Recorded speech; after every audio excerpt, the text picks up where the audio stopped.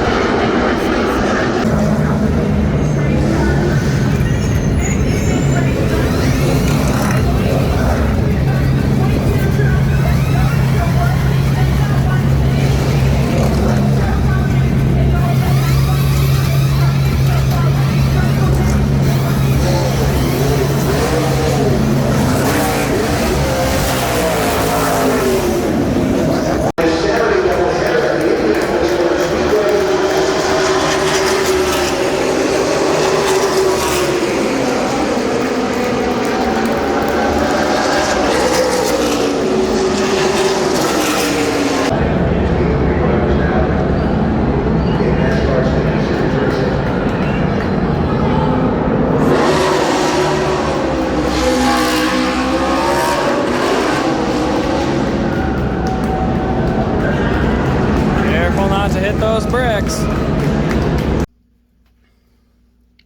Hey everybody, welcome back to another Diecast review. As you could see earlier, it is time to see the Austin Cindric Indy road course win, a race I attended in person, and so I had to share the footage I had from that race. A little less than eventful coming down the stretch. It was a good battle between him and AJ Allmendinger throughout the first two stages, but AJ decided to take the stage win, where Austin Cindric decided to pit. AJ was never able to fully recover, and ended up coming in with the win, or Cindric ended up coming in with the win, and it was a pretty good-sized gap. So, anyway, let's go ahead and take a look at the race win card here first, and I'll talk about it there. You got Austin Cindric, Pennzoil 150 at the Brickyard winner, Indianapolis, Indiana, August 14th. There you can see the time of the race, 2 hours, 2 minutes, and 54 seconds. Started second on the day to AJ Allmendinger. 5 cautions for 15 laps, and he led 29 of the laps for the win, and he won by 2.1 seconds. So, it wasn't a massive gap, but AJ just didn't have enough time to get there. Chase Elliott was in this race. I remember that, waking up that morning and seeing a notification that Chase was racing for Annette, and I was kind of excited because all of a sudden I had a kind of an extra rooting interest. Noah did fine. That's another driver I pay attention to, and then I believe Brett Moffitt had a mechanical failure. So let's just say I don't think I saw him finish one Xfinity race last year. It was all mechanical failures the entire season. So hopefully that changes, but we'll see. So yeah, anyway, let's go ahead and dig in here. We saw the card there. You can see the race win sticker here.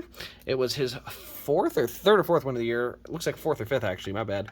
Looks like it could be the fourth or fifth win of the year. But I'm really excited to show this off because I haven't gotten a chance to see one of these yet, and I'll explain why. Here's our race win box for the 2021 Xfinity Series. Race version down there in the corner, along with the winner sticker. The production number on this car, 504. Now, that is not the only production number. There is also, let me look here, 72. There are also 72 autographed editions. So I actually have the autographed edition for my personal collection. This one is actually going to be my sister's car. So she gets the same. She does the same thing I do. Gets the raced versions of the races that she goes to, which we usually go to races together. So yeah, she has one of these, which is this one here. And yeah, we'll go ahead and take a look at it here quick. So the reason I said this one here, I haven't actually seen one of these yet. This is, I believe, the new Ford mold on the front end. So it looks a little bit different, but the biggest thing I noticed is it sits really, really low. So if I'm not correct, then they just changed up the chassis and made it sit better, but it does look a little different. This nose looks, man, it looks like it has a taller splitter than the last one did. So you can see it sits right on the ground. Nice low riding car, sits really good. I like the way it sits, but I am a little confused, I guess, if this is a new mold. So I will have to do some looking up on that. It looks similar to the old mold on the front, but it sits so much lower. That is something I noticed. So it could be in the chassis that they made that adjustment, but I do notice that, you know, just right here, how much lower it sits in the front end. So you can see that Mustang front end. It is the newer Mustang front end for these cars. They actually had them for a couple years now, but yeah, I'll have to do a comparison at some point where I show the difference between the two Mustang heights. But you can see a really big PPG logo on the hood here. Love that. Got our windshield wiper up there as well. Got Cindric and Xfinity there. As I said, I love the nice big PPG logo. I'm a huge fan of that. As we go down the left side, though, you can see we got Goodyear. We can see some brake dust up there on that front wheel. They try their best on these white wheels. It is a little tough to get brake dust to look right, but it's something, I guess. As you can see down here along the skirt, rivets all the way from front to back. You can see a little tire mark there just below the 22. Got discount tire and snap-on here right before the corner panel, which is completely bare. Just shows off some colors, which is kind of nice. Then you got PPG and Menards back there. CarQuest Auto Parts up there on the C post. On the B post, bunch more sponsors. Austin Cindric on the name rail with 4 winner stickers. As we go to the back of the car, you'll notice no ethanol ring. That's because they pitted from the opposite side of the car. So here's the ethanol ring on this side of the car. We got PPG, we protect and beautify the world. Beautify? I've never heard that word before. You can see we got PPG there, and in the middle of the back bumper, you can see PPG between the headlights, and then a Ford license plate. It also, I believe, says Michigan on there. Yep, there it is. Michigan license plate with a Ford emblem. So, a couple little marks here on the back bumper. Oh, good grief. There you go. A couple marks on the back bumper, just kind of that bumping on restarts thing, so you get a couple marks in there. You can see we got Cindric up here on the rear window. Also, DIN number is 422. Onto the right side, you can see we got 3 good wheel marks right there on that right rear corner panel, along with the ethanol ring. A little bit of rear brake. You can see it around the lug nut pattern, but not too bad. Also, the right where the tailpipes are at is pitch black, so they kind of blacken out that part of the paint scheme so it doesn't look all faded. No right side window, so you can look right in the right side. The seat doesn't have any color, so probably at some point you're going to have to paint the seat just to make it look a little bit better. I like to customize these cars anyway, so probably going to customize some details inside the windshield, but we'll do a video at that time whenever I have enough time to do it. Inside the right front, you can see a lot more brake dust in there on that wheel as well. But again, it's on a white wheel with what they attempt to do dust. Kind of ends up looking like a bunch of stripes, but, you know, it's something. But yeah, so we got our Ford front end. I will say this car with the big number 22 on the roof, like really big, and the Ford emblems, this car just looks really good. It's a really symmetrical car. The 22s are all right in line. Nice big numbers, nice big logos. A lot of the things that I just like to see on cars.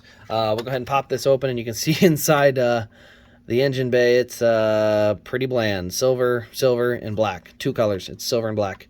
Radiator up front, so not a ton there. That hood, actually, let me look again. Yeah, that hood looks like it's still the old school style hood, so I think this might still be the old mold, but they probably adjusted it to make it sit a little lower, because as I said, this is nice and low compared to the old mold.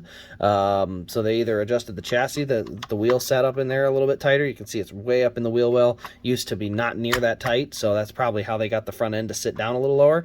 But hey, it was enough to make me think it might be a new mold if it wasn't, so it worked, got the job done. But yeah, overall it's a cool car. Obviously getting to see it in person is pretty neat as well. And getting to see AJ turn around and win the next day was kind of interesting as well, because it was weird how it went from AJ could have had a shot at winning the race to AJ actually wins the race. I didn't have any expectation of him winning. So it was a wild weekend to say the least. But anyway, guys, that'll pretty much wrap up this review. Let me know your thoughts in the comments below. Also, turn on the bell and subscribe for more Diecast content. I do have one of these on the website. You can check it out at rasdiecast.com, which will be linked in the description below. And I'll see if I can snag another autograph to put on that website as well for you guys. So anyway, guys, that'll wrap up the Diecast review. Let me know your thoughts and all that junk. But otherwise, this has been Race Grace. Thanks for watching, and we will see you in the next Diecast review.